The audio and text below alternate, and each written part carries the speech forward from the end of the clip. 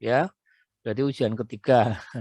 Ujian ketiga kalau kalian lulus ya sudah masuk studio selama 2 minggu atau 2 bulan atau selama 8 minggu. Ya, nanti tiap minggu kita evaluasi, ya.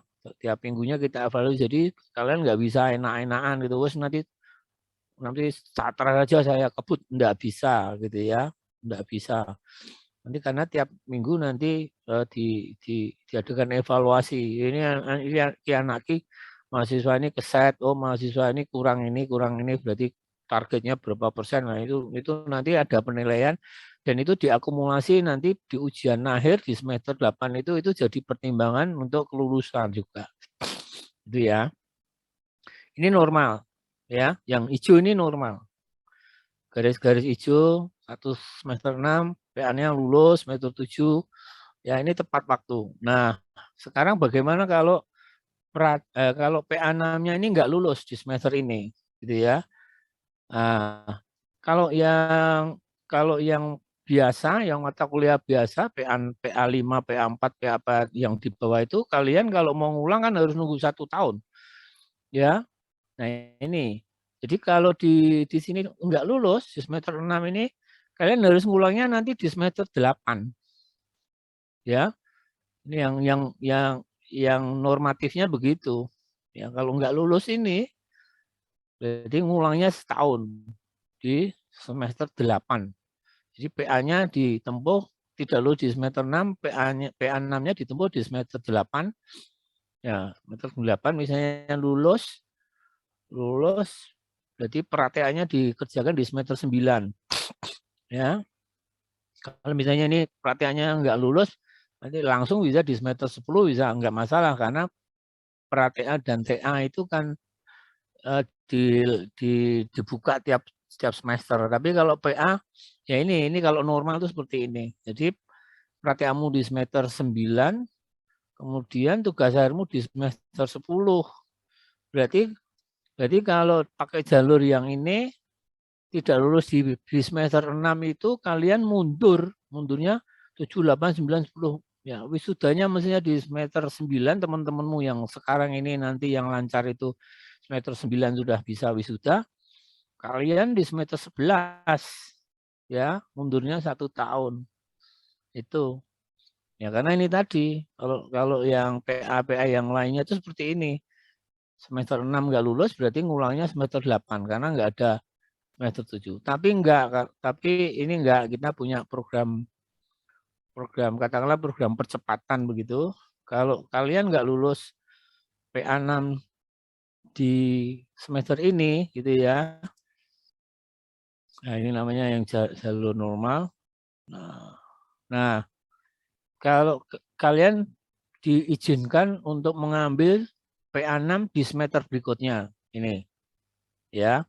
Ini namanya ya kalau apa namanya? Sebetulnya ini enggak boleh. Ya, sebetulnya ini enggak boleh. Di dalam aturan fakultas itu di programnya itu kita nggak boleh ya nggak ada semester genap diselenggarakan di semester ganjil ya di programnya itu nggak ada kayak begini tapi ini kita buat pengecualian ya pengecualian PA6 yang semester genap itu bisa ditempuh di semester ganjil ya. Nah, ini namanya tugas bayangan ya. Jadi bukan kuliah tapi tugas ya, bukan kuliah. Jadi di semester 7 ini kalian nggak ngisi KRS mengenai yang mengulang itu tidak mengisi di KRS itu PA6 enggak. Nanti ngisinya di semester 8. Ya, jadi bareng di semester 8 nanti kalau di tugas bayanganmu ini lulus gitu ya. Tugas bayangan lulus di semester berikutnya semester 8 ini di KRS di RKS apa KRS ya? KRS ya, kartu rencana studi. Nah, itu nanti ngisinya 2, ngisi pra-TA dan ngisi PA6. Ya, walaupun PA6-nya sudah dinyatakan lulus di sini, tapi ini belum resmi. Ya, di tugas bayangan ini belum resmi. Nanti resminya di semester 8 ini. Ya, jadi di semester 8 ini actionnya itu kalian sudah bisa bikin pra-TA dengan pengantar dari dosen PA6, kalian memang sudah boleh ambil pra-TA karena tugas bayangannya ini sudah dikerjakan dan sudah dinyatakan lulus. Kalau ini belum dinyatakan lulus ya terpaksa pra-TA-nya ambilnya di semester 9. Ya banyak itu mahasiswa yang sudah diberi kesempatan tugas bayangan tapi masih ya orang niat. Mungkin karena kerja ya saya maklum. Ya ya gimana sudah kita beri kesempatan tapi tidak dimanfaatkan semaksimal mungkin ya hilang lagi. Mundur setahun, terpaksa mundur setahun PA6-nya di semester 8. Harusnya semester 7 sudah bisa ngambil. Nah, ini mundurnya cuman 1 semester gitu ya. Nah, ini dia wisudanya di semester 10. Ya. Jadi yang normal di semester 9, yang tanpa percepatan di semester 11, tapi kalau ikut program ini nanti wisudanya bisa di semester 10. Itu ya. Jadi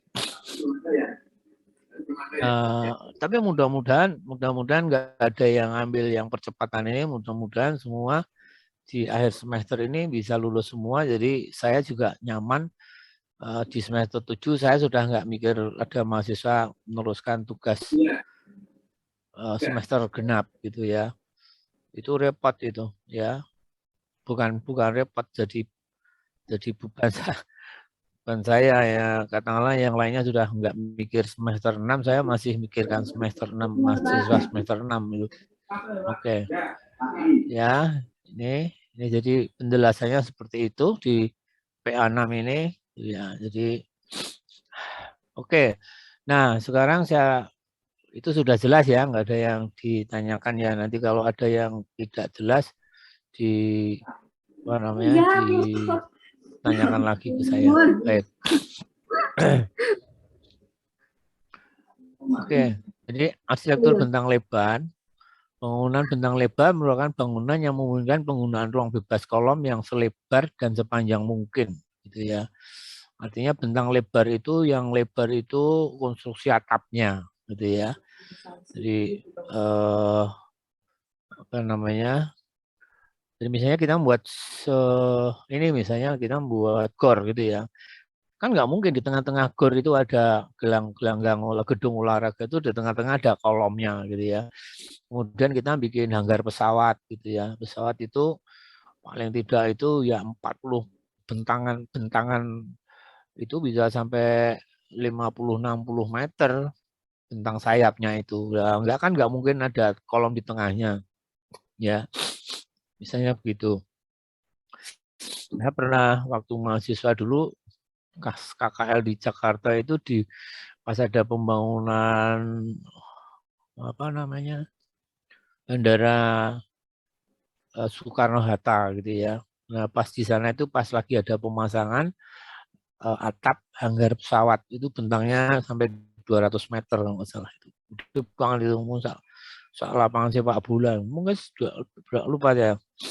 Nah itu sampai masang atapnya itu atap roll itu ya, atap rollnya itu ada di sebelah kiri, kemudian ditarik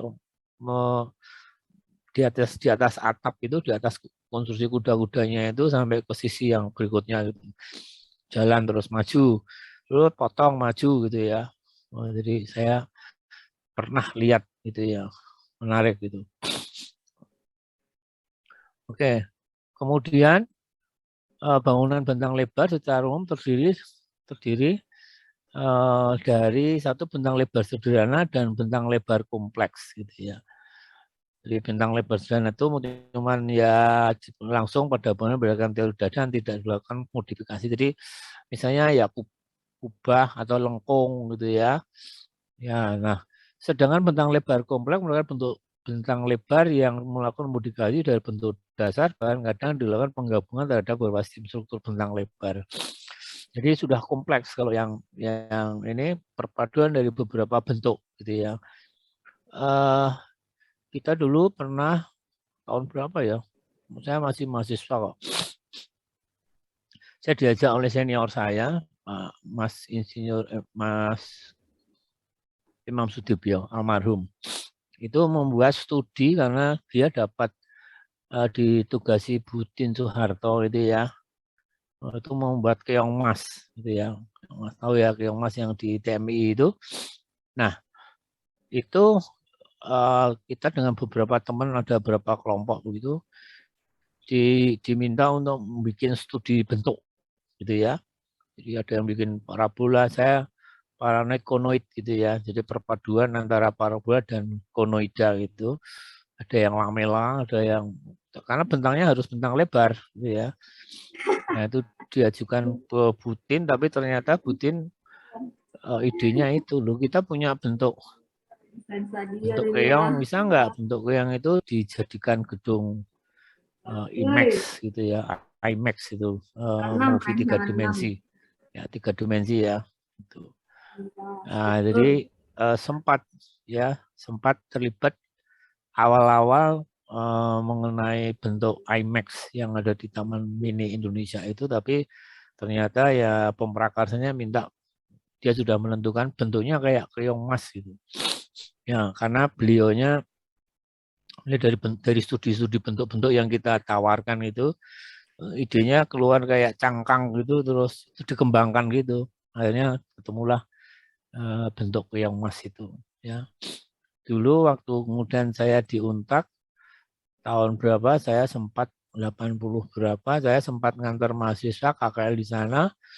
Terus saya ngubungi senior saya itu, Mas Imam itu, Mas Imam Sudibyo itu, Mas, ini mahasiswa saya mau KKL, jadi bisa ke sana, mahasiswa KKL ke sana, ditemui oleh arsiteknya sendiri gitu ya, Pak Imam Sudibyo itu.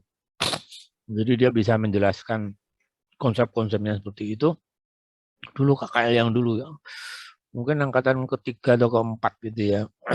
Saya masih tahun 80 berapa itu ya, 87 atau 88 atau 89 sebelum saya sekolah, sebelum 90 kayaknya ya. Jadi sering kita membawa mahasiswa KKL ke gedung, terus kita temui perencana gedung itu, jadi dia bisa menjelaskan konsep gedung itu seperti apa. Tapi sekarang susah gitu ya, apalagi saat pandemi gini ya, apalagi udah susah lagi tuh KKL bisa seperti itu. Di Bali ya, kita juga dulu pernah ketemu dengan yang menggagas gedung dewan yang di Bali itu, Pak siapa itu, malam-malam terus kita diskusi di situ ya, di hotel, kemudian hotelnya itu ada outdoornya itu enak gitu ya, kita bisa ini tapi sayang jarang, kecuali yang terakhir-terakhir ini ke NUS ya, ke Singapura. Kita bisa ketemu dengan senior gitu ya, Prof. Jo itu.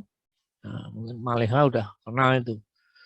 Malika udah kenal tuh dengan Prof. Jo. Jadi kadang-kadang kita keliling Singapura itu diantar oleh Prof. Jo itu. Atau malah Prof. Jo itu pernah kita undang ke sini, terus kita ekskursi ke Kota Lama itu. Jadi beliau kan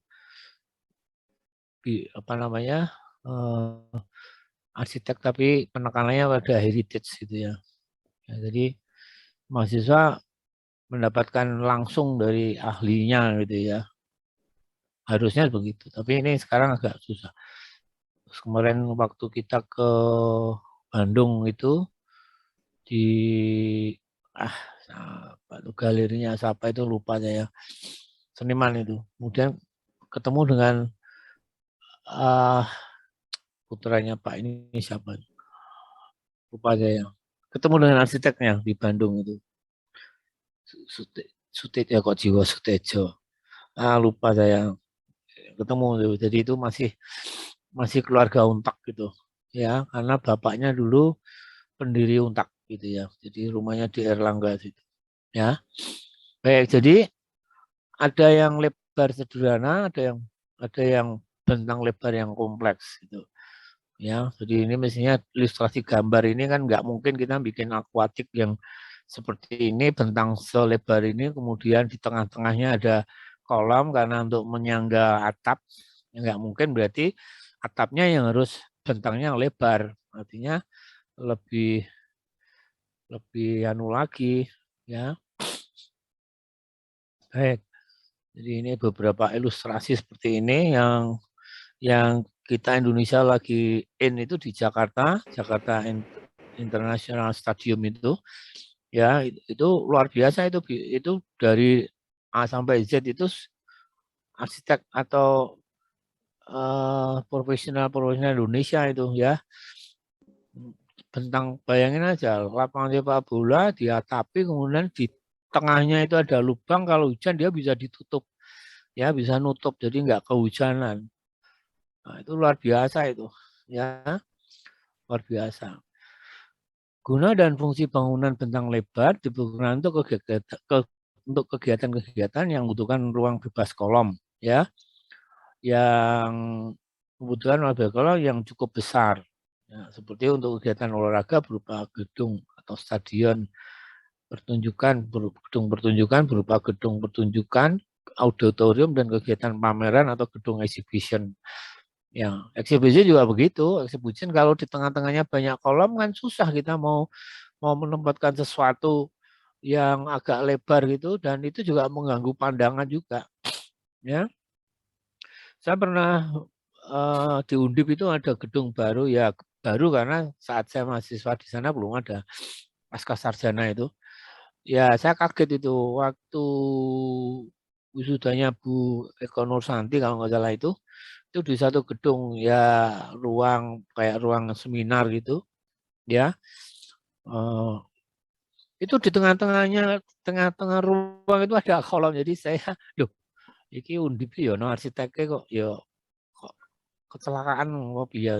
Jadi ruang seminar itu di tengahnya ada kolom, dan karena itu di lantai bawah, berarti kolomnya paling besar kan.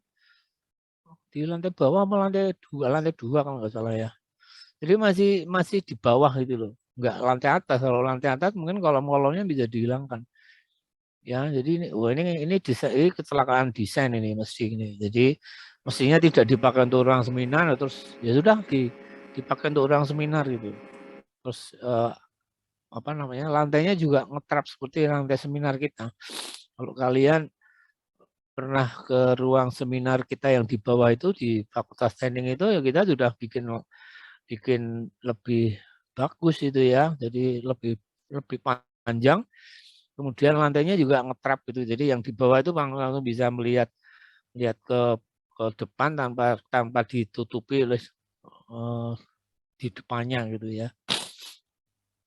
Itu. Jadi itulah gunanya bentang lebar itu ada di situ. Jadi struktur bentang lebar memiliki tingkat kerumitan yang berbeda satu dengan lainnya, ya. Kerumitan yang timbul dipengaruhi oleh gaya yang terjadi pada struktur. Dalam Skodek ada struktur rangka batang, ada rangka ruang, kemudian ada struktur furnikuler, kabel, dan pelengkung. Aduh, bentar ya.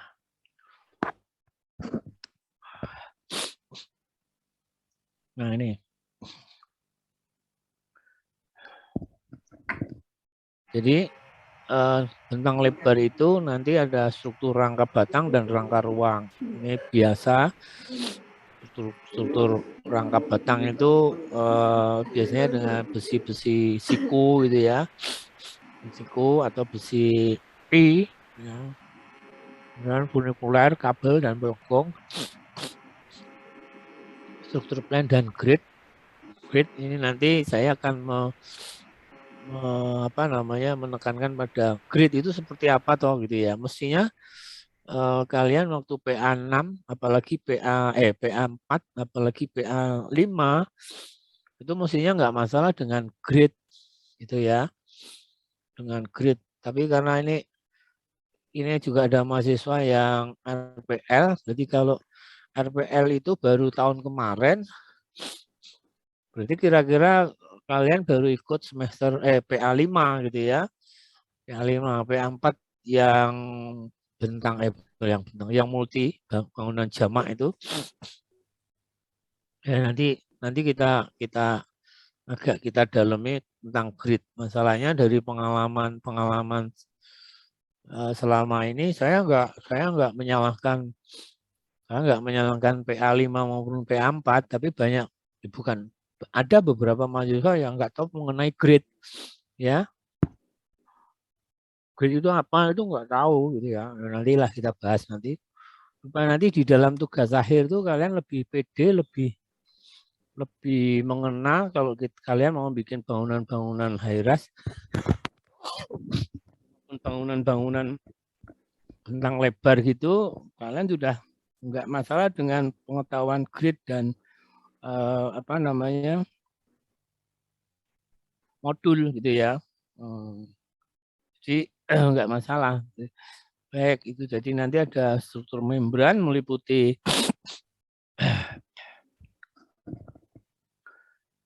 pneumatik dan struktur tenda, kemudian struktur cangkang gitu ya. Itu saya parah.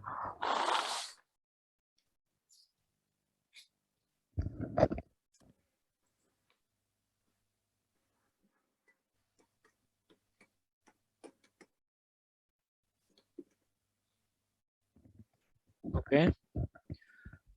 Rangka batang atau truss itu biasa gitu ya. Konstruksi yang dirancang untuk menumpu beban dan biasanya berupa struktur batang yang dirangkai.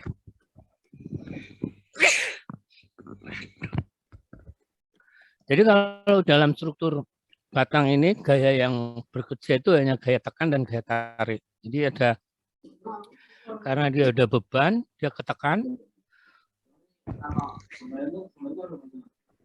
kan kemudian ditarik, ya. Jadi ujung sininya yang ketekan, kemudian di sini ada simpul, dan di simpul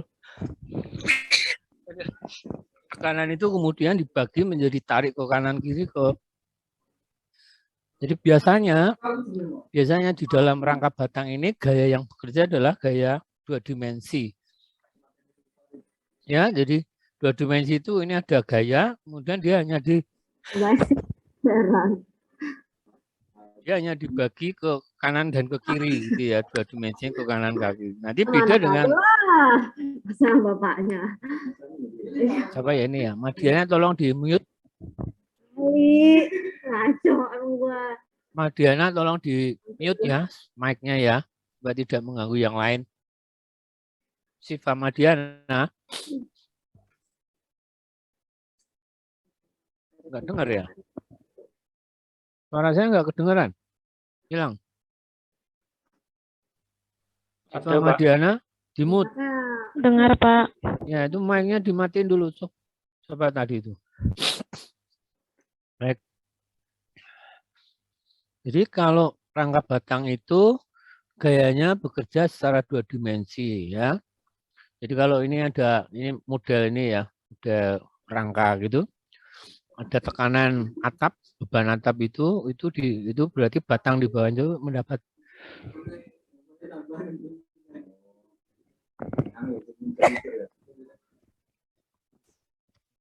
batangnya mendapat tekanan, ya. Kemudian ketemu di simpul, ya, ketemu di simpulnya ini, ketemu di simpulnya kemudian ditarik, gitu ya. Jadi batang yang ini kena beban ini menekan di simpul ini, kemudian simpul ini ditarik, ya. Jadi gayanya adalah gaya 2 dimensi, hanya 2 arah ke kanan ke kiri. Nah, nanti kalau kita sudah bicara dengan space frame, ya, itu gayanya adalah gaya 3 dimensi, kanan kiri muka depan, ya, muka belakang kalau muka depan, ya, sudah semua arah, ya, itu. Rangka batang dari batang lurus yang berhubungan pada titik-titik simpul yang terletak di setiap ujung batang, gitu ya. Oleh karena itu, batu mengentil menggunakan batang dengan 2 gaya, yaitu yang mengalami 2 gaya sama besar dan berlawanan arah. 2 gaya tersebut merupakan gaya aksial berupa gaya tarik dan gaya tekan, gitu ya. Jadi seperti misalnya jembatan gitu ya, jembatan. Itu biasanya di ujung-ujung sananya itu jembatan rangka ya. Atau kalau enggak kuda-kuda, ya, kuda-kuda batang gitu, dengan rangka batang itu di ujung-ujung tumpuannya itu di situ harus ada sendi dan roll, ya. Sendi itu bekerjanya itu hanya untuk yang horizontal gitu, kayak engsel gitu ya. Namanya sendi berarti kayak engsel yang dia bisa bisa apa namanya bisa eh, bergerak begini, ya, bergerak naik turun begini, batangnya bisa naik turun. Sementara yang di sisi yang lain itu roll, roll itu dia bisa bergeser horizontal. Ya, kalau ini vertikal begini, yang sendi itu vertikal kayak engsel gitu. Nah, kalau yang sisi yang lain tuh roll itu bekerjanya adalah horizontal, maju mundur. Jadi kalau ada ini seperti gambar ini, kuda-kuda rangkap batang gitu, itu kalau ada apa namanya, ada beban dari atas itu yang satu yang sebelah kiri itu misalnya, sebelah kiri itu dia cuma diem tapi tidak kaku, dia bisa bisa bergerak gini. Nah, yang sebelah sini, sebelah kanan itu dia bisa bergerak ini. Jadi bisa bisa begini, ya, bisa begini. Jadi pernah ada eh, perencanaan gitu ya, saya yang merencanakan di salah satu rumah sakit gitu. Bangunannya baru berapa lama itu, belum sampai setahun gitu. Itu ring balak jadi tembok di bawah apa namanya, kalau dari dalam nggak kelihatan karena itu di atas plafon, tapi kalau dari luar kelihatan itu retak gitu ya. Jadi di bawah ring balk itu kalau di atas itu ya, untuk meratakan beban kuda-kuda itu diberi balok beton kemudian disangga oleh kolom-kolom gitu ya. Nah, itu retak, ya. Dan lucunya retaknya hanya bagian salah satu sisi yang seberang nggak masalah gitu. Saya udah curiga, wah ini pasti masang kuda-kudanya salah ini. Ya, terus kita diundang, betul. Jadi kuda-kudanya itu di apa nih wong Jawa itu dipateni kaku gitu dengan kolomnya, gitu ya. Mati gitu ya. Jadi mati. Eh, yang di kiri itu langsung dibaut kencang dengan kolom, ya, yang di kanannya juga gitu. Nah, begitu ini kuda-kuda ini dapat beban, kan mesti, wah, kalau di atasnya ini segitiga begini, nah ini jadi apa ya, jepat gitu ya, melebar gitu. Apa ya, oh sing dudu orang mudeng kon jepat ya apa. Jadi apa ya bahasa Indonesianya apa ya? Gini tuh jepat. Jepat Bergeser, itu Pak. apa?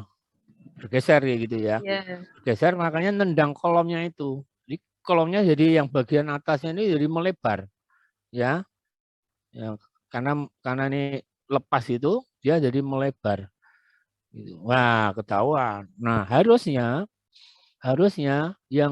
yang satu sisi itu memang dibaut tapi enggak mati gitu ya. Jadi lubang itu misalnya lubangnya sekian itu, eh, apa namanya, bautnya itu ya lebih lebih kecil sedikit gitu ya. Lebih kecil sedikit jadi masih masih masih bisa kocak gitu, dan itu di dibaut dengan kontramur, jadi murnya dua gitu ya. Mur mur mur satu dan lainnya itu dua, jadi dia masih kocak gitu. Ya, simpulnya itu. Nah, yang satunya itu lubangnya tidak bulat tapi oval, ya, oval gini. Ya, oval gini, terus ini apa namanya? Ini bautnya. Jadi masih oval. Jadi dia bisa bergeser-bergeser gini. Jadi kalau ada beban itu kuda-kudanya masih bisa bergerak kanan kiri gini. Karena ini kan memang rangkap batang, ya, memang rangkap batang, gitu ya. Nah, ini enggak, itu dimatikan semua, kenceng kanan kiri kenceng. Begitu ada beban, ininya melebar gini, ya, ketekan itu dia melebar gini, terus ujung ujung kolomnya jadi melebar juga, akhirnya retak, jepat gitu ya. Tuh, jadi itu sebetulnya sangat kelihatan kalau kalian melihat di satu jembatan rangka gitu ya, rangka baja gitu, kita aja ujungnya pasti ada rollnya gini, ya. Rollnya ditumpu gini, jadi dia bisa muter-muter gini, gitu ya. Jadi tidak bisa lepas kanan kiri, tapi dia cuma bisa muter-muter gini. Nah, bisa muter-muter gini. Terus yang satu roll, terus dia tidak ditumpu di gini, tapi ditumpu di datar. Jadi dia bisa geser. Ya roll gini, jadi dia bisa geser-geser kanan kiri kanan kiri kanan kiri gini. Ya, itu yang namanya roll. Baik. Wait, bentar.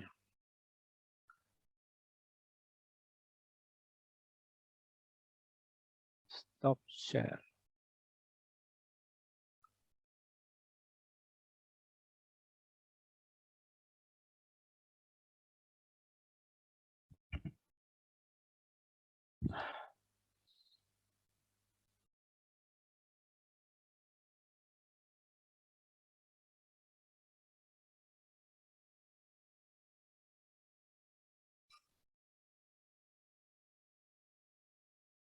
Baik, kita teruskan.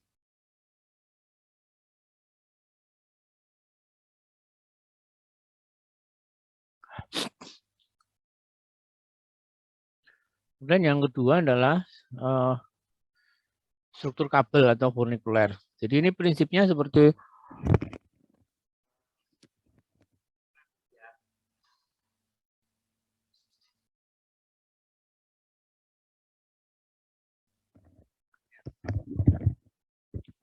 jemuran. Kalau tadi batang tadi adalah batang gayanya gaya tekan tarik, kalau ini gayanya tarik. Ya, struktur furnikuler atau kabel merupakan generasi terhadap beberapa struktur yang menggunakan elemen tarik buah kabel sebagai ciri khasnya. Struktur ini bekerja terhadap gaya tarik sehingga lebih mudah berubah bentuk jika terjadi satu perubahan. Ya, ada dua tiang begitu. Tiang ini kalau cuma diletakkan begitu dia bisa jatuh. Tapi kalau sudah disambung dengan tali, kemudian ditarik, itu kasihan kalau saya bersin sampai nggak sempat nutup mic itu kan, yang kuliah pakai headset kan bisa budek nanti. Ya, kita selesaikan aja, wes sak rampung, sak nyandai. Semakin parah ini. Jadi tadi ada dua tiang, itu kalian bisa bayangkan dua tiang, kemudian diberi seperti kemah itu ya, jadi tali kemudian ditarik kanan kiri kencang, tapi dia kan bisa jatuh ke belakang atau ke depan ya. Maka biasanya talinya di ujung tiang itu diberi dua tali ke arah depan dan ke arah belakang. Yang sebelah kiri juga begitu, ke arah depan, ke arah belakang. Jadi dia sudah settle gitu. Nah, kemudian jemurannya baru ditaruh di atasnya, blok gitu. Ya. Nah, nanti kalau salah satu tali yang narik ini putus, ya bubar gitu ya. Bubar semua itu. Jadi struktur kabel ini adalah gaya yang bekerja adalah tarik gitu ya. Jadi si tarik, kalau nggak ada tarikan maka dia akan ngelemprek gitu. Ya seperti jemuran itu. Ya, jemuran itu kan juga gitu. Karena ada kabel yang ditarik hingga dia tegang, baru kita bisa meletakkan apa namanya cucian di kain-kain atau pakaian-pakaian di atasnya. Tapi begitu ini salah satu lepas ya lepas itu ya. Itu yang. Nah, ini struktur plan dan grid. Grid struktur merupakan jarak peletakan komponen perkuatan bangunan, misalnya kolom dan balok pada sebuah bangunan. Grip kolom berarti jarak antar kolom, ya. Tutupan gitu. Grid kolom berarti jarak antar kolom satu dengan kolom lainnya, atau biasanya disebut dengan trave. Itu ya, trave itu jarak antar kolom. Jadi trafenya berapa? 3,6, 4 meter, 6 meter, 8 meter gitu. Itu trave. Ya, tapi kalau grid itu berarti potongan-potongan yang teratur ke ke kanan kiri dan ke atas bawah gitu ya di gambarnya. Jadi misalnya A, B, C, B ini grid ya. Jaraknya teratur gitu ya.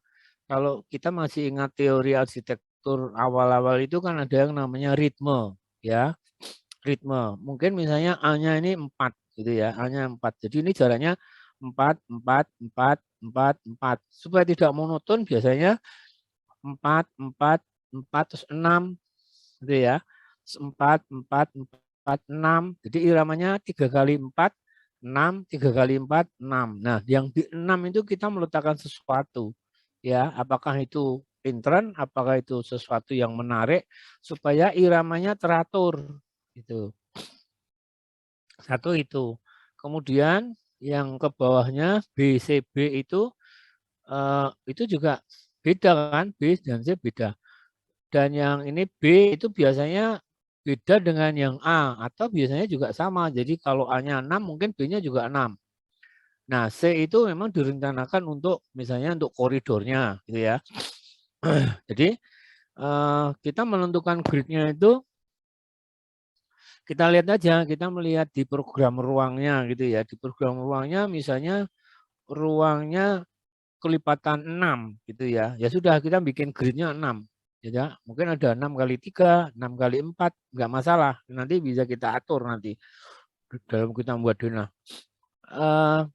Kelemahan bukan kelemahan ya, tapi memang mungkin sudah kebiasaan begitu ya.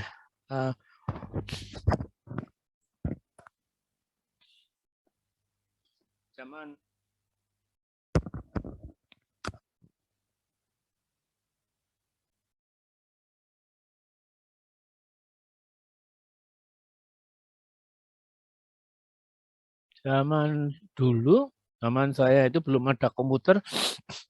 Kalau membuat desain awal-awal itu saya selalu menggunakan kertas milimeter itu. Ya, kertas milimeter itu kan ada ya kita mau menentukan skala berapa itu, ya. Nah, kalau sekarang saya menggunakan grid. Kalau dengan CAD itu saya bikin garis-garis dulu.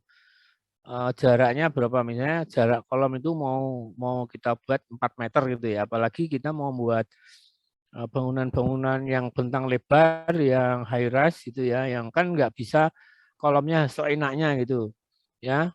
Jarak kolom di bawah tuh 6 meter, di atasnya 3 meter, naik tingkat 3-4 meter lagi kan nggak bisa begitu. Nanti strukturnya bisa runtuh ya. Jadi gridnya harus, jarak kolomnya itu harus sudah ditetapkan dulu di awal. Misalnya nanti di atasnya itu dari bawah jarak kolomnya sudah misalnya sudah 8 meter gitu ya. Nah nanti di atas mau jadi 4 meter nggak masalah. Karena ada di dalam struktur konstruksi itu kan ada wide grid atau wide grid beam ya, wide beam, Y beam atau E beam ya. Jadi ada yang di bawah itu kolomnya gede-gede tapi jaraknya lebar. Nanti samakan ke atas itu misalnya jarak kolomnya yang gede-gede itu 9 meter. Nanti sampai di atas itu jaraknya jadi 3 meter. Jadi masih kelipatan dari 9 meter ini. Ya, jangan 9 meter terus di atasnya ada 441, 423 itu wah ya kacau nanti ya. Nanti kacau nanti ya, mestinya ya 333 atau 4,5. Jadi iramanya itu bagus gitu ya. Jadi itu diingat di dalam saat kita membuat grid itu. Kecuali kalau kita kadang-kadang untuk menyembunyikan gridnya itu kita tidak expose kolomnya gitu ya. Misalnya kolomnya gridnya itu misalnya 6 meter gitu ya. Ya dari bawah sampai atas kita buat kolom yang kokoh itu 6 meter jaraknya. Ya, jaraknya tetap 6 meter begitu. Tapi di tingkat-tingkat berikutnya itu mungkin ada yang 3 meter. Nah, 3 meter itu kolomnya jangan diekspos. Ya, jangan diekspos. Ya, misalnya ya di kampus itu ya, di kampus itu jarak kolomnya kan berapa? 3,6 apa 4 itu saya lupa. Nah, kita mau bikin itu ada 3 trave, artinya ada 4 meter, 4 meter, 4 meter. meter. Nah, kita mau bikin berarti kan 12 meter. Ya. Nah, kita mau bikin itu mau kita bagi dua gitu. Nah, kalau bisa pembagiannya tuh di, dibagi pas di kolom kan nggak mungkin, kolom kan jaraknya 4 meter. Ya pas kalau bisa di apa namanya di kosen gitu ya. Mungkin pembagiannya jadi tidak 66 tapi bisa 75 gitu ya karena kita penyekatnya itu kita jatuhkan pas di kolom di kosen gitu ya karena kita pakai partisi. Jadi jangan sampai membuat kolom lagi jadi jelek nanti iramanya gitu ya. Iramanya jadi jelek. Enggak teratur. Di sini ada yang di sebelahnya enggak ada kan iramanya enggak karuan. Kemudian yang C itu kalau saya lihat ini C itu jelas yang C itu adalah untuk koridornya. Ini apakah ini hotel apa apartemen apa rental office gitu ya. Nah, nanti ruang-ruangnya misalnya ada bentang yang lebih kecil dari A ya. Kalau bisa dipaske di tengah gitu ya. Jadi jangan sampai misalnya di sepanjang A itu ya. Sepanjang A itu jendela gitu, kaca gitu. Ya, kalau bisa sekatnya yang di antara A itu ya, di trafik A itu di jarak kolom A itu kita bikin sekatnya jangan pas kaca, kalau bisa pas kosen gitu ya. Jadi nggak kelihatan. Ya more or less lah ya. Misalnya, wah Pak kalau itu saya bikin begitu nanti ruangnya kurang dari 12 meter. Ya kalau cuman ketemunya 10 meter ya nggak apa-apalah gitu ya. Masih ada toleransi. Jadi nanti di dalam tugas akhir nanti kalian juga apa namanya ada toleransinya gitu. Jadi tidak persis. Misalnya di program ruangnya luasnya ketemunya luas lantainya 6.700 gitu ya. Kemudian setelah digambar, didesain, selesai ruangnya jadi 6.900 gitu ya. Berarti ada kenaikan 200% ya nggak masalah gitu ya. Masih toleransi. Tapi kalau 6.700 dari 12.000 ya itu bermasalah itu ya. Berarti itu nggak efisien itu.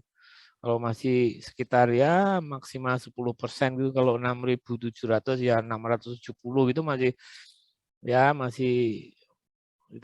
tapi sebetulnya itu juga ya karena kita kan waktu kita membuat program ruang kan kadang-kadang untuk sirkulasi kan kita hanya persentase gitu ya. Untuk traffic 30%, untuk traffic 25% gitu. Nah, ternyata setelah kita buat desainnya trafficnya lebih dari itu karena kadang-kadang mahasiswa itu lupa trafficnya itu hanya di dalam satu ruang. Ya, misalnya ruang kelas itu satu orang berapa kali kapasitas untuk trafficnya 30%. Oh, berarti ruang kelasnya ketemu. Tapi ruang kelasnya kan banyak. Gitu. Jadi traffic di antara ruang kelas itu nggak ditentukan di dalam penyusunan program ruang. Tahu ya?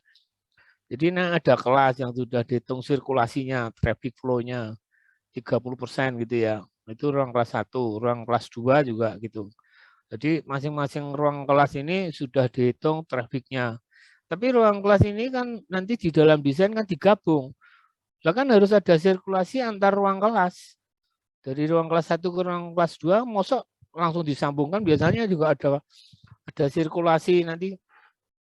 Kan nggak mungkin kita mau buat misalnya 4 ruang kelas itu terus untel-untelan gitu ya. Ini ditumpuk. Nggak mungkin kan pasti ada sirkulasi, ada koridor. Nah ini kadang yang nggak kehitung. Jadi kalau ada 4 ruang kelas itu masing-masing ruang kelas sudah dihitung, ditentukan sirkulasinya, flow of traffic-nya gitu ya. Sudah ketemu per kelasnya berapa. Nah nanti jumlah ruang kelasnya berapa? 5, yaitu berarti kali 5 masih ditambah dengan sirkulasi lagi. Jadi ngitungnya gitu. Nah, lebih leluasa nanti ya. Nanti kita lihat saat kita membuat desain nanti ya, membuat tugas nanti. Jadi ada kadang-kadang mahasiswa itu flow-nya nggak dihitung tapi malah gede banget gitu ya. Jadi kalau disuruh ngitung luas luas lantai total berapa, kemudian luas ruang masing-masing dijumlahkan, ya itu 60%, 60%, 50%. Artinya berarti yang kalau ini luasnya 100%, kemudian luas masing-masing ruang ini sudah kita jumlah, itu cuma 60% dari luas total. Artinya 40%-nya untuk traffic, ya boros, nggak efektif artinya. Tidak salah gitu ya, tapi itu nggak efektif ya, mengurangi efisiensi gitu. Apalagi kita mendesain bangunan-bangunan komersial. Eman-eman kita investasi bangunan 100%, tapi yang bisa kita jual cuma 60%, karena 40%-nya traffic, flow, sirkulasi. Ya kan rugi. Ya. Lihat aja hotel-hotel itu. Hotel-hotel yang efektif itu koridornya itu paling-paling yang efektif itu 1,2. Jadi orang berpapasan gitu. Nah, terus di depan pintu itu dibuatkan kerowokan gitu. Jadi saat ada orang yang mau masuk kamar itu dia masuk gitu baru buka pintu. Jadi kalau ada orang lewat tidak mengganggu gitu ya. Nah, ini efisien banget. Saya pernah melihat hotel itu ininya gede banget ya.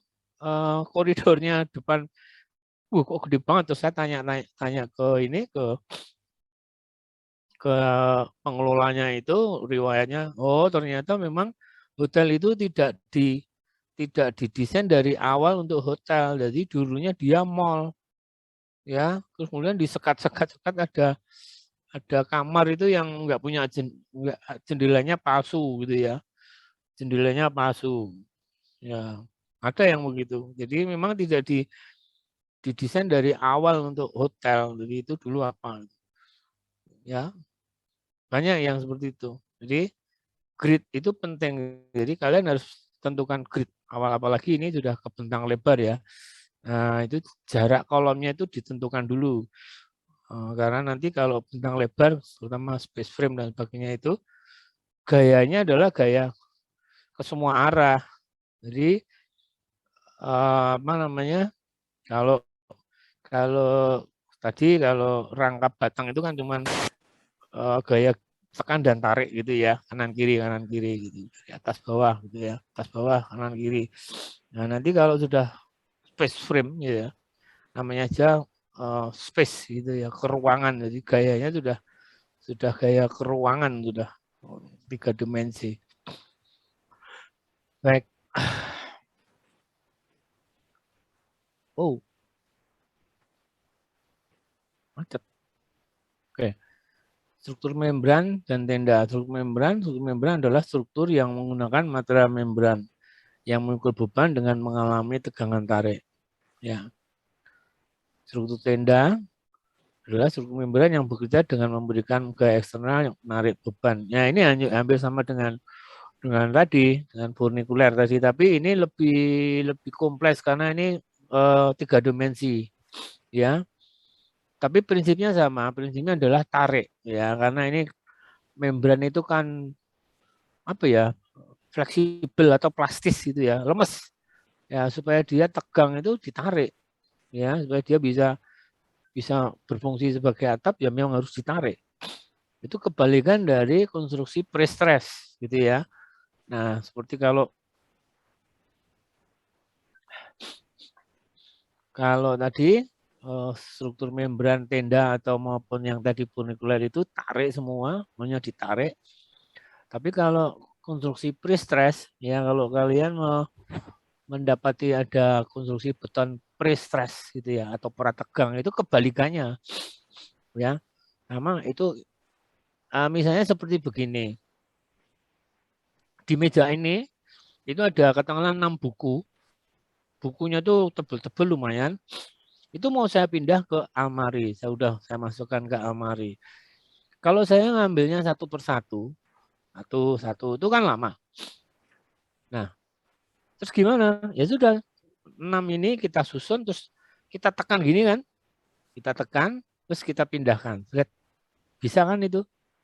Tapi sepanjang saya dari saya tekan dari meja ini ke almari di sana, itu di tengah perjalanan tangan saya kendor menekannya, ya ambiar. Ambiar kan? Nah, ini namanya nih press stress ya. Nah, prinsipnya seperti itu. Jadi komponen-komponen itu dijadikan satu, ditekan. Nah, ini jadi kekuatan. Jadi kekuatan baru yang dinamakan dengan beton prategang. Jadi sebelum dicor itu prategang. Jadi sebelum dicor itu ditegangkan dulu. Nah, itu caranya. Jadi segmen-segmen, misalnya ada balok berapa? 20 meter gitu ya. Itu terdiri dari segmen-segmen per 5 meter. Kalau 20 meter dibawa dari pabrik ke lokasi proyek itu kan mobilisasinya kan susah kalau 20 meter itu. Maka dipotong-potong menjadi 4-5 meter. 5 meter, 5 meter, kalau 20 meter berarti 4 segmen gitu ya. Nah, masing-masing segmen itu bentuknya profilnya I, di tengahnya itu ada lubang-lubangnya yang tembus. Nah, itu disusun 5 segmen itu yang, atau 4 segmen yang A 5 meter itu disusun, kemudian lubangnya itu dimasukin kabel baja gitu, berapa kabel baja gitu, 2 atau 3 begitu ya. Ya ukurannya mesti dihitung lah mesti. Nah, kemudian ini ditarik ya. Sudah masuk ujung sini dengan ujung sini itu ditarik sampai ke apa namanya? Batas maksimal daya tariknya seperti seberapa gitu. Ditarik, kemudian ujung-ujungnya di ujung-ujung segmen tadi ini di apa ya, dimatikan gitu, dibaut atau di las atau di apalah, dimatikan gitu. Ya. Jadi dia tetap begitu ini tariannya ini dilepaskan, ini kabelnya kan kepengen balik lagi ke semula, tapi kan sudah dibendeli. Maka ini jadi menekan seperti kayak kita tadi menekan buku tadi. Ya, jadi 5 segmen atau 5-4 segmen tadi sudah ditekan oleh kabel tadi. Kabel yang sudah tadi ditarik, terus dibendeli di ujungnya, dilepas, jadi ketarik gini. Ya sudah, ya itu konstruksinya jadi kuat seperti itu. Ya, tapi dia tidak tahan terhadap ini kan apa namanya, satu arah gini ya. Dia tidak tahan terhadap arah yang lain. Kalau dia dibebani gini dia masih kuat karena I ya. Jadi ada high-nya gitu ya, ada high-nya gitu. Nah, kalau kita menggunakan apa namanya, teori yang lama itu kan ketinggian balok itu kan 10 sampai 1/12 bentang gitu ya. Kalau kita 20 meter itu kan berarti kan bentangnya paling enggak ya 1 meter gitu ya. Nah, itu bisa lebih kecil. Bisa lebih kecil lagi. Itu pernah di bangunan gedung keuangan ke stadion itu dulu balok-baloknya pakai itu. Jadi dia lebih pendek. Ya, bentangnya katakanlah 24/12 berarti 2 meter ya, 1,5 sampai 2 meter. Ini kan lumayan nih, ya. Nah, ini bisa di apa namanya, dikurangi karena dengan press stress ini bisa dikurangi lebih kecil lagi. Jadi ketinggiannya bisa dihemat, bahannya bisa dihemat gitu dengan press stress itu. Ya, itu proses ya. Itu kebalikan dari struktur membran yang gayanya gaya tarik. Ya, kalau ilustrasi gambar ini adalah di mana itu Bandara Haji di Jeddah gitu ya. Jadi ditarik. Sekarang udah banyak yang seperti ini. Seperti misalnya kayak payung yang di depan masjid itu kayak payung gitu ya. Itu kan juga tarik kan itu. Jadi kalau nggak ada tarian ya memang kayak kain itu sudah lemprek gitu. Tapi begitu dia ditarik dia jadi kuat ya, bisa melindungi yang di bawahnya. Cangkang ini juga begitu, menurut Jadi struktur sel adalah plat yang melengkung ke satu arah atau lebih yang tebalnya jauh lebih kecil daripada bentangnya. Jadi cangkang itu kayak kulit telur itu ya. Ya, kayak kulit telur itu. Tipis, tapi dia bebannya itu dibagi ke semua arah. Ya, karena dia lengkung ya, kayak misalnya tadi saya cerita awal-awal itu kayak keong mas itu ya. Nah, itu karena dia juga kayak cangkang gitu. Ya kan kuat itu. Telur itu kan kuat, no? Tipis kan itu, ya. Bayangin aja kalau pas di rame ibu induknya itu apa ya nggak kadang-kadang keinjek gitu. Tapi tetap kuat. Gitu. Ya, apalagi telur gini mecahnya tidak begini, tapi kalau pas berdiri ini kan berat memecahkan telur. Ya, sel atau cangkang adalah bentuk struktural tiga dimensi yang kaku dan tipis yang mempunyai permukaan lengkung gitu ya. Kayak karena dia melengkung ke semua arah, maka dia ya seperti topi bajanya tentara itu kan ya, atau helm itu kan dibuat ya. Kalau yang saya tahu dulu ya, ya topi bajanya tentara itu ya, itu misalnya kena tembakan itu karena dia tembaknya kalau pas apes gitu ya, kalau pas apes ya dia bisa tegak lurus dengan helmnya itu dia mungkin bisa tembus, tapi kan susah ya.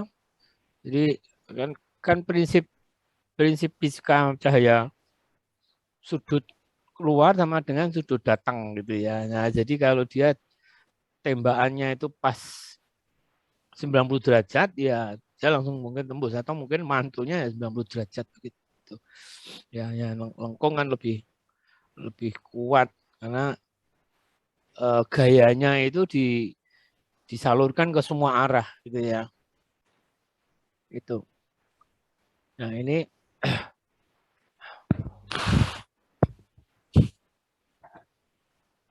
ya prinsip kestabilan itu adalah segitiga. Ya. Pada mana diperhatikan bahan baja untuk atap, struktur beton bertulang tinggi bangunan adalah. Ya, jadi ini prinsipnya adalah segitiga.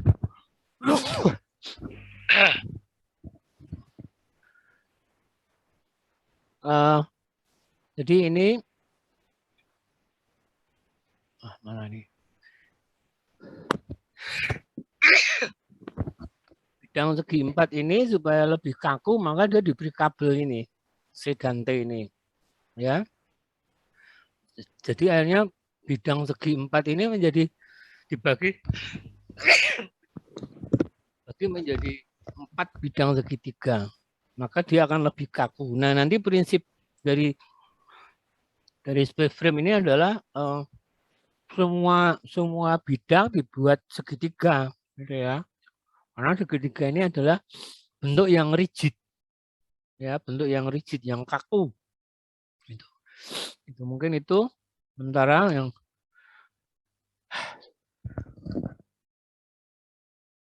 makin parah. Baik, kita bukan. Mas Dimas tadi sudah membuat WA-nya ya, Mas? Tulmuis. Gila. Sudah buat grupnya? Kita. Udah dibuatkan itu, Pak. Tadi, Pak, udah dibuatkan Mbak. Siapa itu tadi? Udah ada, Pak, grupnya, Pak. Nggih. Mbak Malika. Baik. Sekali lagi saya mohon bisa di-on-kan kameranya. Sudah lengkap.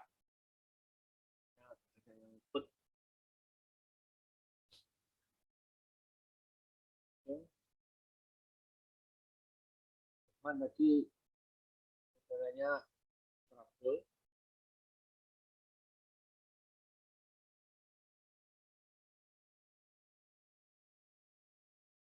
Ya, oke. Terima kasih. Jadi itu, saudara.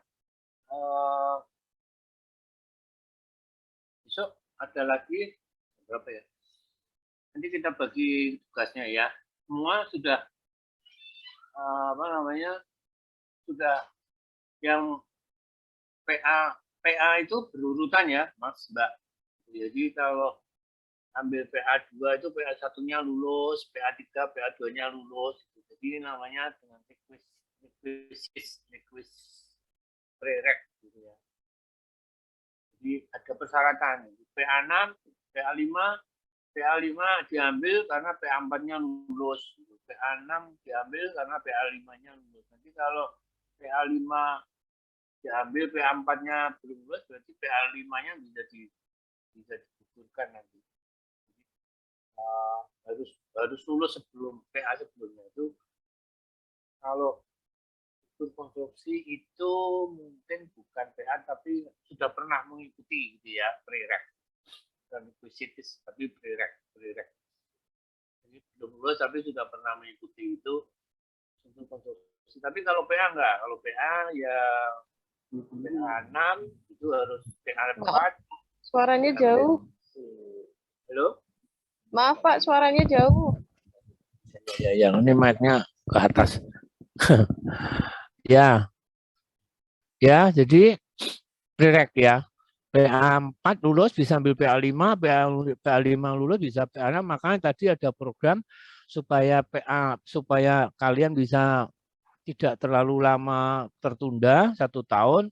Maka PA6 khusus PA6 ini ada tugas bayangan yang sudah saya jelaskan di awal tadi. PA6 itu ada bayangan di mana supaya kalian di semester ganjil besok itu kalau misalnya PA6 ini enggak lulus, semester depan itu bisa meneruskan tugasnya gitu ya.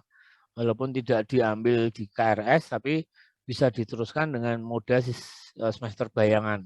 Supaya nanti semester berikutnya kalian sudah bisa ambil pra-TA, terus kemudian tugas akhir. Jadi tidak nunggu setahun gitu ya. Itu hanya untuk khusus PA6 ya. Yang PA lainnya nggak bisa. Nah, khusus PA6 ada semester bayangan supaya kalian bisa ambil pra-TA. Oke? Ada yang mau ditanyakan, saudara-saudara?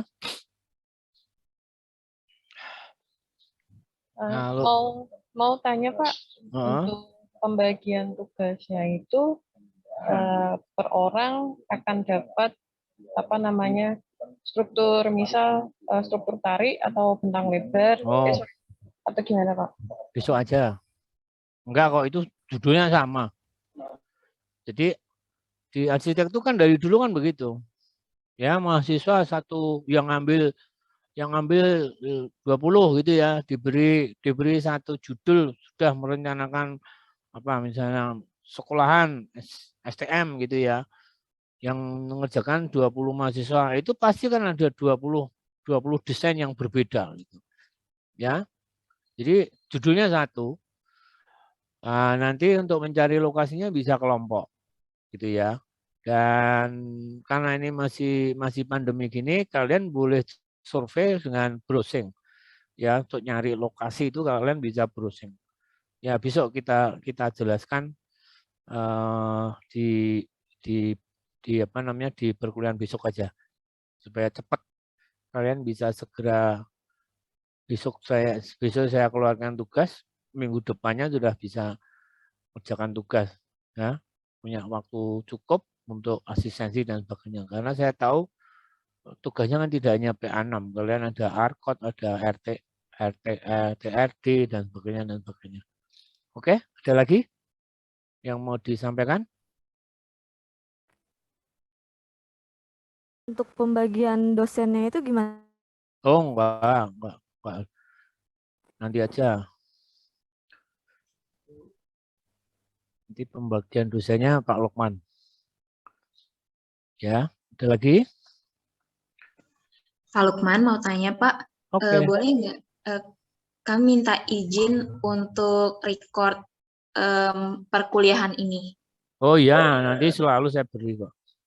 Oh iya, terima kasih Pak. Ya, selalu setelah ini saya akan sharing materi perkuliahan hari ini, selalu begitu. Oh iya, belum pernah ikut kuliah Pak. Saya toh kemarin-kemarin? Belum Pak. Oh ya. Baru pertama kali. Oke, ya, jangan khawatir. Nanti yang terakhir dengan PDF seluruh materi akan saya berikan, jangan khawatir. Oke, ada lagi? Baik, kalau enggak ada, kita akhiri. Selamat siang, jaga kesehatan. Wassalamualaikum warahmatullahi wabarakatuh. Waalaikumsalam. Waalaikumsalam warahmatullahi Terima kasih, Pak. wabarakatuh. Terima kasih, Pak. Selamat siang. Terima kasih, Pak. Oke. Terima kasih, Pak. Oke.